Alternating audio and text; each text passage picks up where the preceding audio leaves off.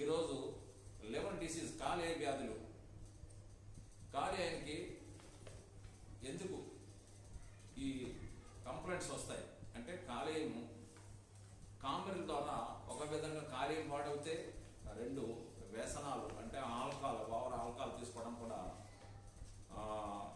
కాలేయం డ్యామేజ్ అవుతుంది.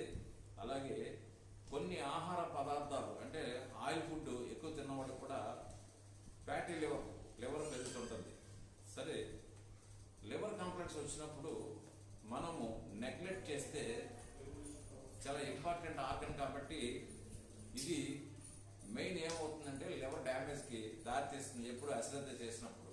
కాబట్టి ఫ్యాటీ లివర్ అంటే లివర్కి ఫ్యాట్ ఫామ్ అవటం, తద్వారా లివర్ పెరగడం, తద్వారా కొన్ని సమస్యలు వస్తుంటే విపరీతం పెయిన్, వామిటింగ్ సెన్సేషన్, తర్వాత లివర్ పెరిగిన తర్వాత లివర్ యొక్క ఫంక్షనింగ్ అంటే గట్టి పడుతుంది, తద్వారా కొన్ని సమస్యలు ఉంటాయి.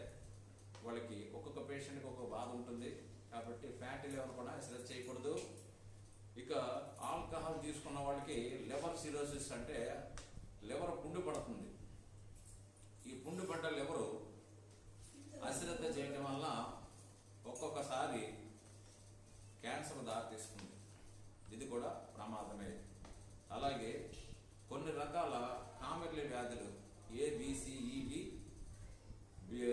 హెపటైటిస్ B, ఈ గ్రూపు కామెర్ల వ్యాధుల్లో లివర్ డ్యామేజ్ అవుతుంది.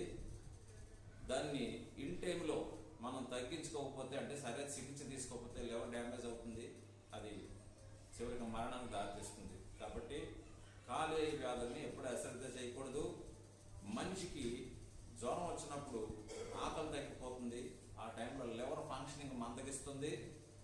కామన్ టైంలో 100% లివర్ రెస్ట్ తీసుకుంటుంది. 3 అజీర్ణ వ్యాధులు, అగ్నిమాంద్యం, గ్యాస్ ట్రబుల్లో కూడా లివర్ యొక్క ఫంక్షనింగ్ తేడా వచ్చేస్తుంది. కాబట్టి కాలేయ వ్యాధులను అశ్రద్ధ చేయకండి, ప్రాణం మీద తెచ్చుకోకండి. దీనికి ఆయుర్వేదంలో చక్కటి మందులు ఉన్నాయి. పై చికిత్స కోసం నంబర్ని, ఈ చికిత్స కోసం పై నంబర్లు సంప్రదించండి. Thank you.